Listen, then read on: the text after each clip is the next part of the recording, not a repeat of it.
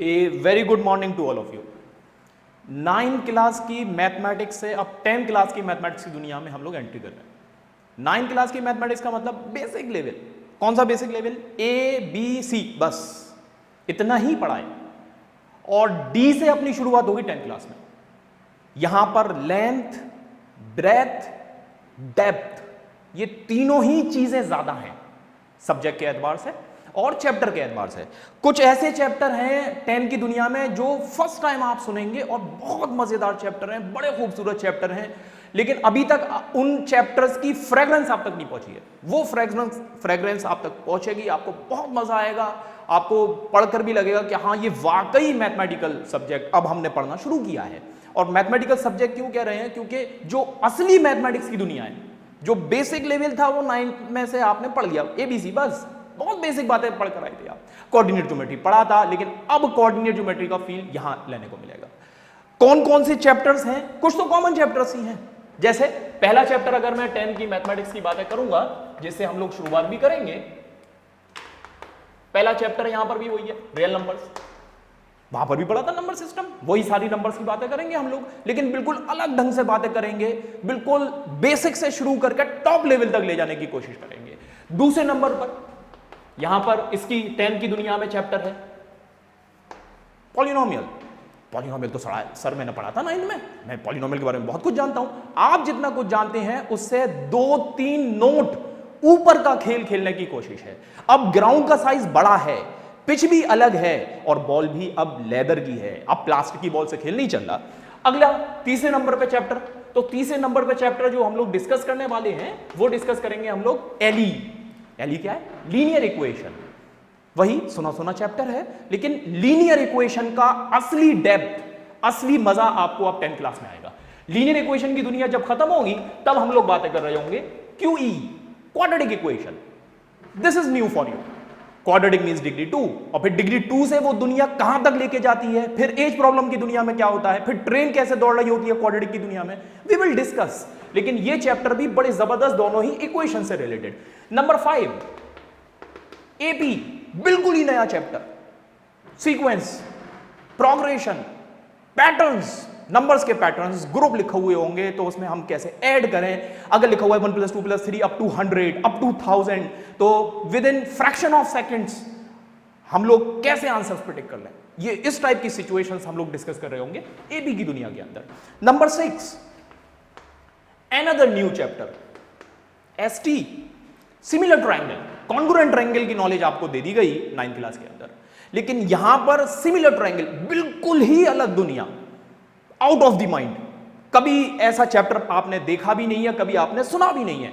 कई मर्तबा ये स्टूडेंट को इतना डरा देता है कि वो मैथ से भी पीछे हटने लगता है। बहुत बड़ा चैप्टर है, बहुत डेप्थ में है और बहुत मजेदार है, फाउंडेशन चैप्टर में माना जाता है आईआईटी के। Number 7 situation, coordinate geometry.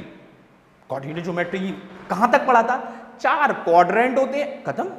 ये तो थी 9 की दुनिया। 10 की दुनिया में जब आते हैं तब शुरू हो रही है आपकी coordinate geometry. Distance formula, section formula, area कैसे निकाल सकते हैं, सेंट्रोइड क्या होता है, सर्कम सेंटर का क्या रोल है, अगर मैं ऑर्थो सेंटर को लेकर आता हूं तो ऑर्थो सेंटर, सर्कम सेंटर आपस में दोस्ती कैसे करते हैं, ऑल अबाउट कोऑर्डिनेट ज्योमेट्री, ये डिस्कस करेंगे हम लोग। नंबर 8 सिचुएशन,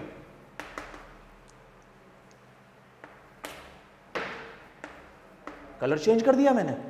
नंबर 8 कई मर्तबा इतना डरावना चैप्टर कि बच्चे की रूह कांप जाए, लेकिन इतना डरावना है नहीं। ये आपसे दोस्ती करने के लिए तैयार है, लेकिन जब ही तैयार है जब आप भी दोस्ती करने के लिए तैयार हैं, जब आप भी हाय हेलो करने के लिए तैयार हैं। Name of the chapter is टेक्नोमेट्री।